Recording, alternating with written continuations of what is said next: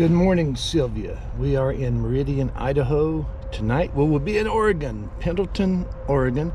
It's about 55 degrees, elevation about 2,600 feet. And we've got more Oregon Trail sites to see today, so let's get on the road.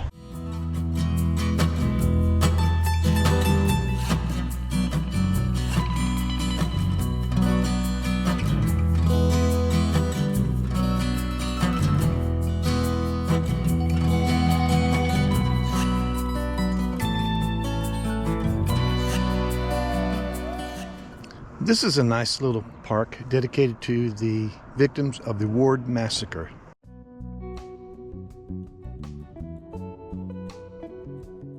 Let's take a look.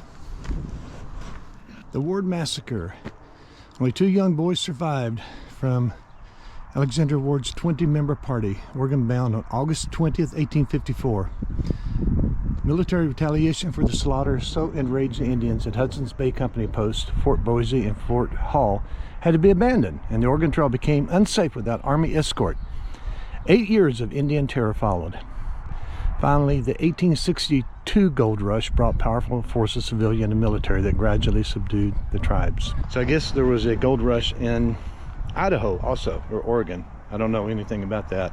But right over there is a nice monument. Let's go take a look.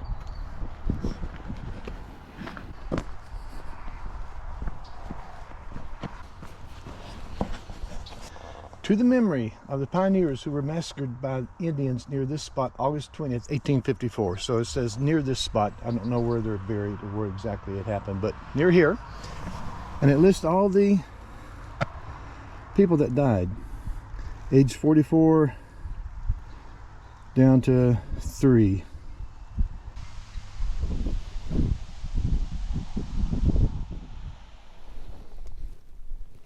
I'm at the old Fort Boise Snake River crossing, and I know that because it says so on the sign.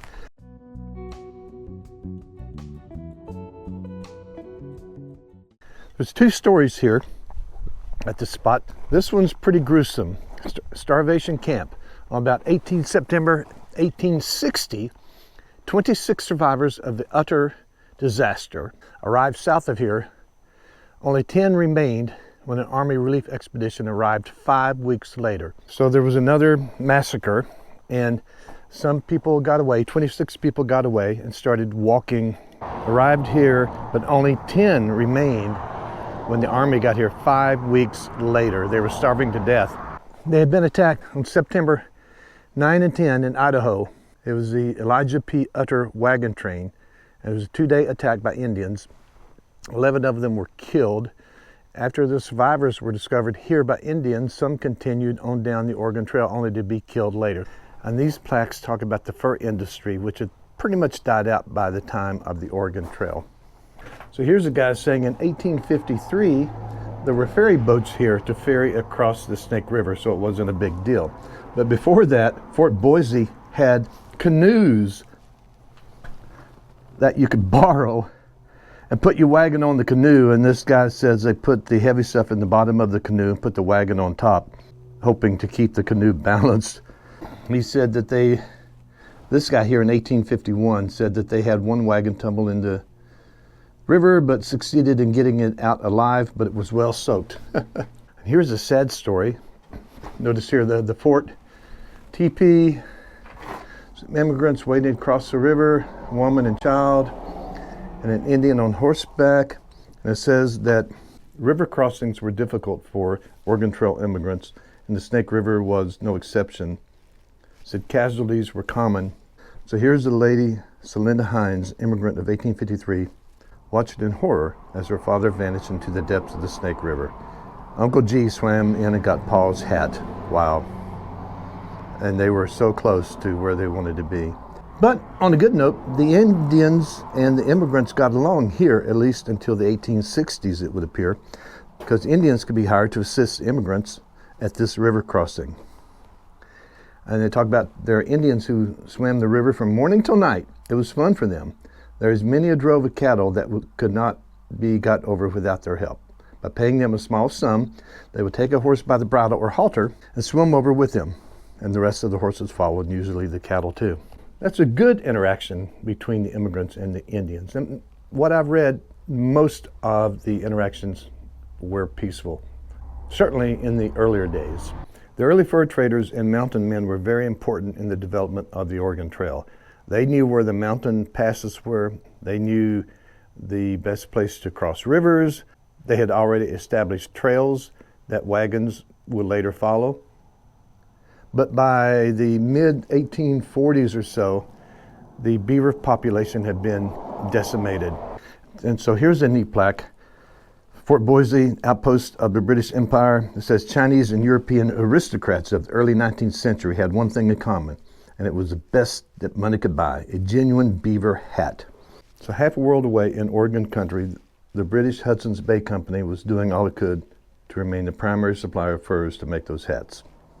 But by the mid-1840s, Fort Boise and Britain's claim to the Oregon country was in rapid decline. And I think it was in 1850 or so that the U.S. and Britain signed a treaty that pretty much gave up Britain's claim to any of the Oregon territory. This is a very nice roadside, I don't want to call it park, but observation area. Right over here are some great swells, but before we go there,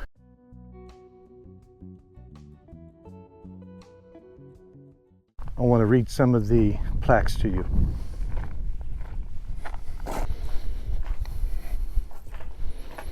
This is a nice map of the entire trail. Silvia and I started Independence, came up through here, Scotts Bluff, Casper's right there. Lantern Cutoff is kind of through here. This is the guided tour I took yesterday on the north alternative of the Oregon Trail, and we're right here.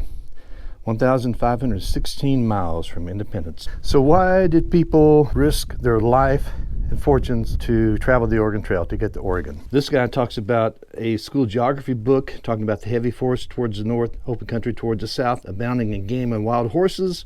I would take it up as I came out of the coal mine and look at that old book, An Immigrant of 1844. Here a guy says the reason why my folks came here was health, but the most of them came here for adventure and to improve their condition, 1847. This guy wanted a better life for his boys. He thought it'd be easier for him to get land, 1844. Here's someone who says, oh dear, if we were only in the Willamette Valley or wherever we're going, for I am tired of this, 1853. Imagine traveling on the Oregon Trail. You woke this morning beside the Snake River. Sniff the fragrance as the wagon wheels roll over the sagebrush and send its pungent aroma into the air. Inhale the scent of sweat on people and livestock. Smell the stench of the dead cattle rotting in the heat. That sounds appetizing. The wind blows dust in choking clouds that get in your mouth, making it hard to breathe and stinging your eyes. Listen to the sounds of wind, wagons, livestock, and voices. Imagine how you feel after walking 15 miles today. Then you got help with the work of cooking, making camp, and taking care of the animals. Then you endeavor to cook dinner over a campfire when you are tired and your eyes burn from the smoke. Imagine eating the same plain food every day. Savor your food even though dust and ashes have blown into it. Is this the trip you imagined when you started? Okay, Elizabeth Wood, 1851, wrote a letter in cursive. She was very upbeat about the trail. People who do come must not be worried or frightened at trifles. They must put up with storm and cloud as well as calm and sunshine. They must possess courage and ingenuity equal to any emergency, and they will be able to endure unto the end. A lazy person should never think of going to Oregon. Went on till about 9:30 and stopped to see another ox die. 1 hour finishes the ox. Philip, 1854. Oh, and this one's pretty blunt and to the point. Laid by to dry our things out, which got wet crossing the Snake River. Mr. Kimball's oldest son died of typhus fever. Buried the corpse, proceeded on our journey. Let's take a look at the swells. One right here. You see the marker for it? The Oregon Trail. And hopefully you can see right up through there is a very nice swell. I'm just going to turn around to my left, the other direction. See it down through there. These are very obvious. And then there's another one right here. Right up through there. And again, rotate. And down through there. As far as swells, these are some of the most well-defined and clear to see swells that I've seen so far. When I stopped here, there was a fellow on an African twin Honda motorcycle. It's called an adventure bike. So you can ride it off-road or on-road. He lives in Boise, and I think he was doing a thing kind of like a scavenger hunt. He's part of a riding club, and he has a list of coordinates that he has to go find. Coordinates are always something interesting, like this spot. It could be history or just interesting places, I don't know, but it sounds a little bit like geocaching that the boys and I did 20 years ago. Anyway, we had a nice chat. I was doing a time lapse of the gorgeous clouds, and another fellow rode up on an adventure bike, and he was part of the same club. He walked over and took a photo at the coordinates, and we had a good chat also. Alex. So, Alex, if you see my video, hello, and it was nice to meet you.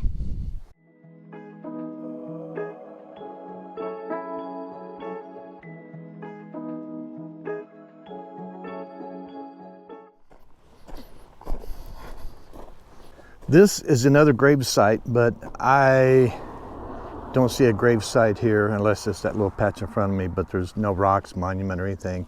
And this area looks like it's been worked over, so the grave may be lost.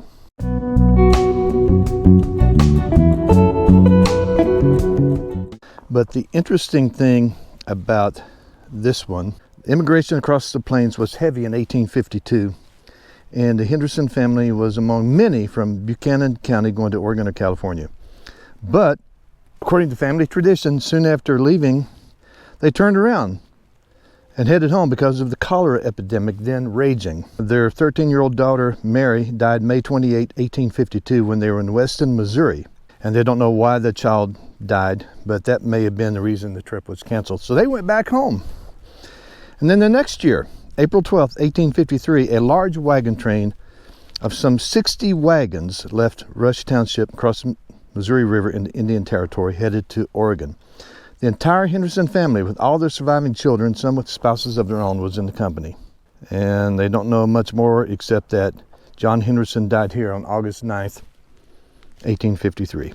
And one time there was a headstone with his name and date of death inscribed on the stone.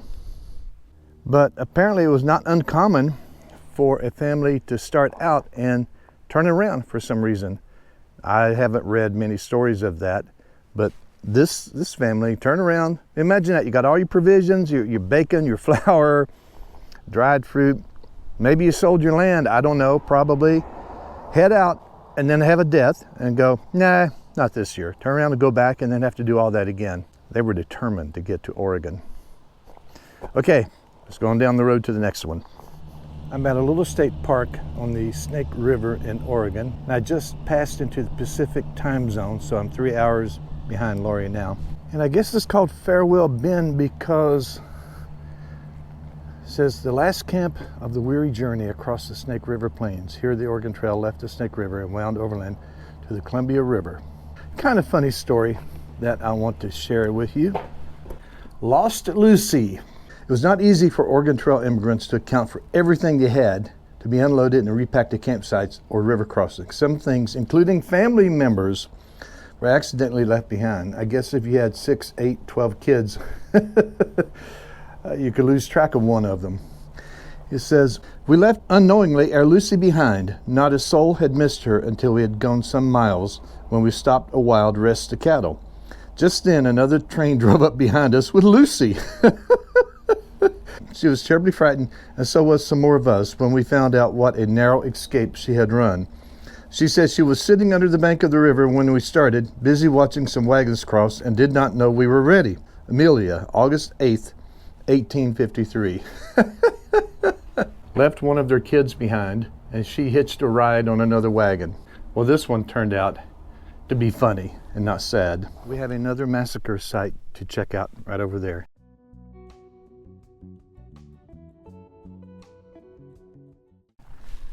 And I've got to go through a fence.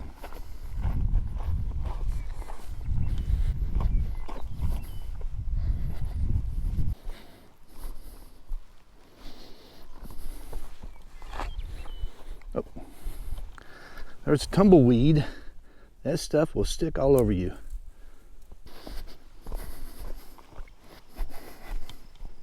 The Van Oram massacre. Now that's interesting. That metal cross marks 2 graves actually, one with 5 men and boys and one with a woman buried here after another massacre. And I won't read all the details, some of them a little rough to read. I'll take a photo of this and have it on our website, ourretirementantics.com. But basically the Van Oram party were survivors of the Utter Wagon Train massacre that I talked about a few hours ago.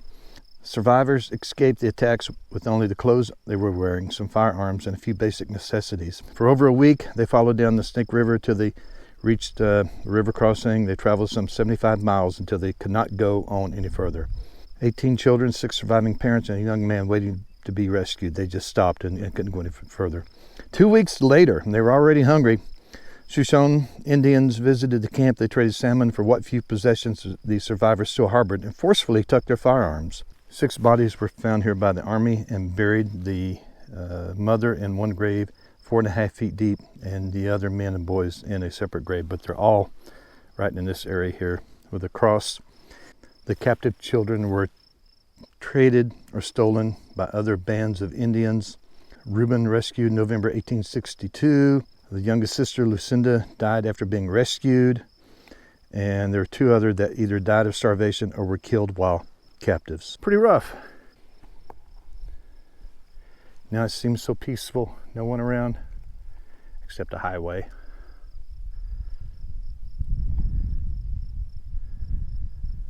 So there's the massacre site and grave. Over there's Silvia beside the road, and I was walking around taking photos and happened to look up here, and this is the Oregon Trail right here.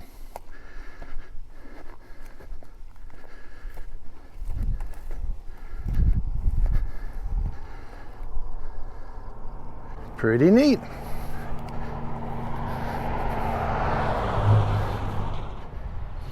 I'm at a rest area along the freeway, and they have a kiosk here about the Oregon Trail, and there's a couple of things that are interesting.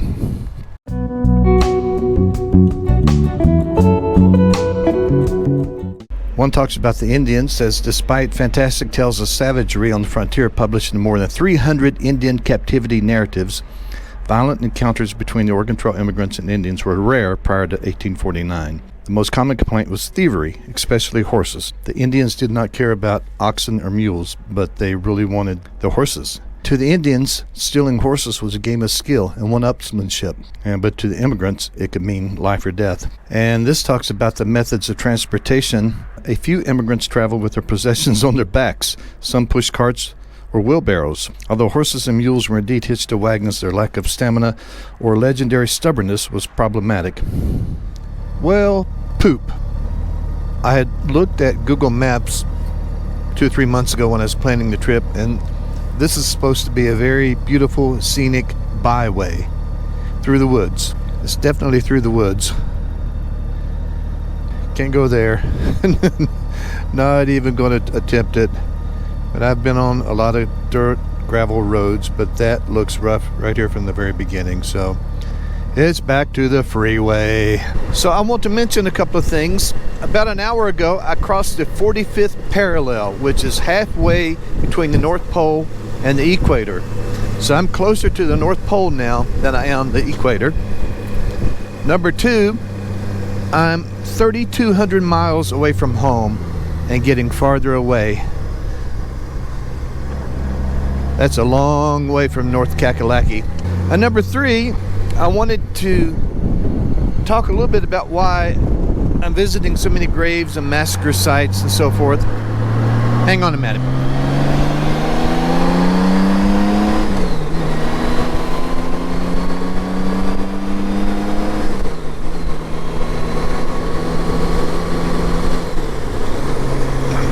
There's 2 reasons I keep visiting these sites.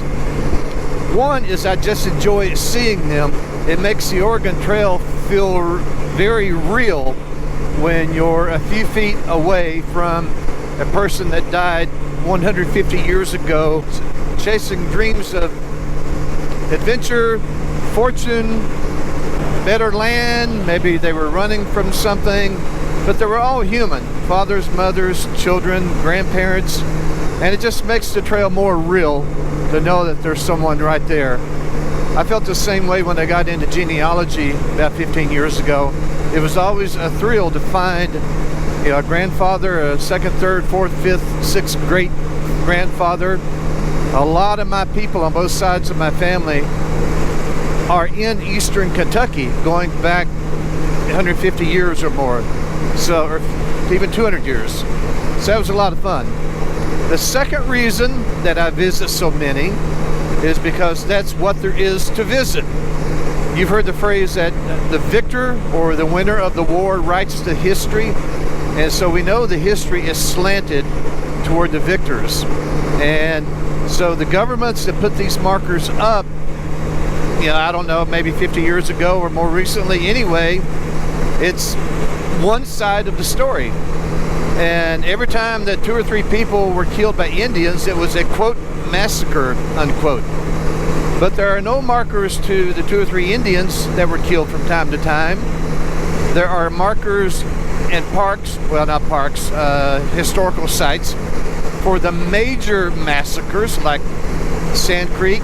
I've been to several, I can't think of them right off, but those are markers for when the army came in and just wiped out an entire village, 300 or 400 people. And often when the army was seeking revenge or retribution for a massacre by the Indians, yeah, every Indian was a bad Indian. They would find a village and just surround the village and wipe them out. Every man, woman, child, burn the village. It didn't matter if they were guilty or not. So that's really the reason many of the markers on the trail are about massacres and graves. I mean, there's ruts and swells and that kind of thing too, but those are the 2 reasons I visit so many of them. I only stopped here because it said scenic viewpoint. And wow, the sign did not lie.